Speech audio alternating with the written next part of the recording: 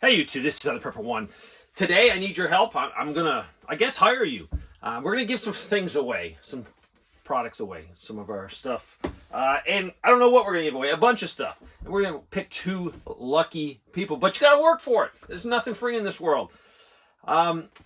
Things that we could give you, and we can talk. You might have some of these. The raw cards, you might need a good radio, emergency radio, some water straws, blanket, whatever. We will talk. But I need your help. And I think this video is going to help a lot of people. The comments are where this video, where you're going to get your meat out of it. You're going to get your main meal out of the comments that you, all you guys out there that write something down, type something in. This is the scenario to help me solve my problem. I've been prepping a long time. To me, prepping's a hobby. To me, prepping's fun. I try to get away from the doom and gloom and concentrate on things that will prepare my family for the inevitable. The dollar's going to crash. It might be tomorrow, might be a year from now, might be 5 years from now. But my kids and grandkids will probably go through it. I'm hoping I go through it, not the sense I want it to happen, that's for sure. I don't want it to happen, but I want to be around with my skill set to assist my family and friends. But this is what I need. With the threat of Russia, Europe, NATO, China, and basically the lack of the ability of manufacturing anything in this country, if we are cut off with a trade war with China and other countries, things don't come into this country, if we have an economic collapse, a limited nuclear war, whatever it be, I am trying to make a safe haven. That's what I feel I am led to do. And this safe haven is not for the end of the world. It is for right now. I use my prepping things all the time. It's called daily living. It's called homesteading. It's called gathering eggs. Monday, we're going to put a cow in the freezer. So all these things that I do are definitely putting me in a position to survive a worst case event. And the most important thing is I have grandchildren. They are not going to suffer if I can do anything about it. Now, the Lord is in control. He can make or break a survival homestead. He could take it away from me in 5 seconds. But what do I need to stockpile? Now, I have myself here. My son's house is looking on the property. So we have two families. We have another couple. That couple has some children, and also one of their children are married, and they have grandchildren. So we're going to have basically four couples here, and we got a bunch of kids running around. Now, that's probably best scenario. If there's a worst case scenario out there, I definitely am trying to prepare for a few other families. Now, they might be living in this metal building, or they could be living in this camper. But I look at it this way. If the Lord has provided you resources, you use those resources wisely. You use those resources to help people. In my whole life, I've tried to help people, and I can't outgive God. I cannot outgive God. I cannot give love to people. That love comes back to me multiple times more, and it just happens.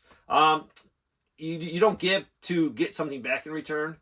You give because that is the right thing to do. You give like, God gave everything. He gave his son, died on the cross. So you can't outgive him.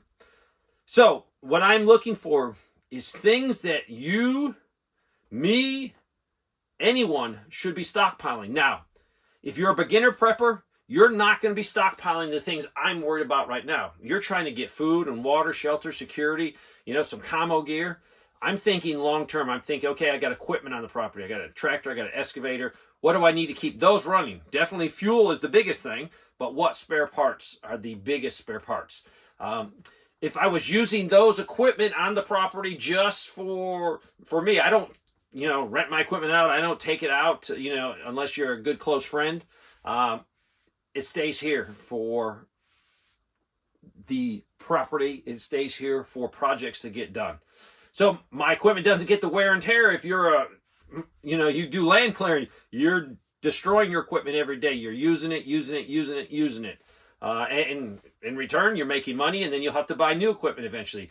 I look at it different. I have a piece of equipment. I'm hopefully going to keep it until I die, give it to my son, and he can run it his whole life. So proper maintenance is the key. But that's just one aspect I have to think about. If you live in the suburbs, you don't have any equipment, you don't have to think about that. Maybe you got a four-wheeler, maybe you got something else. So this video, you have to put your thinking cap on. It's going to benefit me directly, and that's why I said I'm not going to do anything to pick your brain for free. 2 people will be picked, and we're going to send you a bunch of good stuff. And I'll talk to you because you might not need some of this. You might need other stuff. You might have plenty of water filters. You might need blankets. Whatever it takes. We'll talk. I'm going to pick 2 people that have given me an idea that I haven't thought about. Something to stockpile. As you know, I'm a hardware man. I like to stock things. I'm a file cabinet man. I have a ton of file cabinets because I love the organization. I love to be able to label and put everything I need in them. Big difference between hoarding and stockpiling. My stockpile, I put something in there. I know where it is. I protect it from the elements as best I can. And it's ready for my use or neighbors. I get a chuckle when neighbors call me or friends call me and say, hey, I need this bolt. I need this. You got this. And I have it. That makes me feel good to be able to help someone. And a lot of times it's not because they can't afford a $4 part or a plumbing thing. But it's because when you're out in the country and you got a 30-mile drive or a 30-minute drive to get to somewhere to get it, then you got to pick it out. Then you got to drive back. You might waste a half a day just going to get a simple little 99-cent part. And if I have it here on the property, it's like, hey, just run over. And they run over, grab it.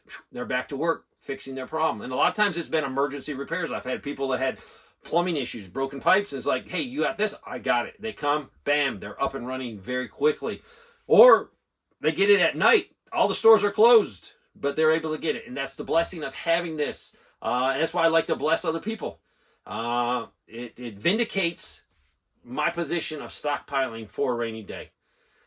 So what do I need to stock? And it can also be general, but I'm looking for really the nitty gritty. Now, don't say you need to stock a starter for a 1979 Ford Pinto. That is not what I'm looking for. Now, if you're going to say different car parts, definitely. I don't have a Ford Pinto, so I wouldn't stock a starter for it. It could be anything like fuses, gun parts. You think of things that if you had no importation of goods into the country, or you have no manufacturing in the country, or it's a SHT event where your dollar's worth nothing and you cannot go out and try to find certain things. Being part of a community of close-knit people that are really prepper-minded and preparedness-minded, that helps because all those people are preparing on a level, some a lot. There's preppers that are doing way more than me, way more. They're insanely, well off, and they can prepare. Now, I have found people that are well off can put a lot of stuff back, but I have seen them swing a hammer, and they always hit the wrong nail. So yes, having money is great, but having money and just the ability to write a check every time you need something prepping wise, that's a blessing to have, but they don't have skill sets because they work in finance. I mean, they can make millions of dollars moving numbers around and doing crazy things, but give them a nail and a hammer and say, hey, can you fix the fence? It ain't going to work. So what do I need to stockpile? I'm in a camper right now. What do I need to have in this camper? I know there's fuses that it uses, and I have those. So you need to think hard. We're going to make you work, but we're going to send you 2 people are going to get some cool stuff, and I'll just go through it and look and see who has given me value. If your comment has given me value, that's what I'm looking for. Your comment is probably going to give a lot of people. Even new preppers are going to look down in the comment section and say, oh my gosh, I didn't think about that. Let me start stocking it. This is the time to brainstorm. This is a think tank, and I look at it as a think tank. We're all thinking. We're putting stuff in the comments. We're learning from each other. I learn from people all the time in comments on videos, all the time. People mention it's like, dang, I didn't think of that. Or, man, I could do this. I could do that. So it's important. So give me a comment. I'll let this video stay up 4 or 5 days. So make sure everyone can get it. And then I'll pick 2 lucky people. We can communicate with email and get your address and get these things sent to you as a thank you for letting me pick your brain. Thanks for watching.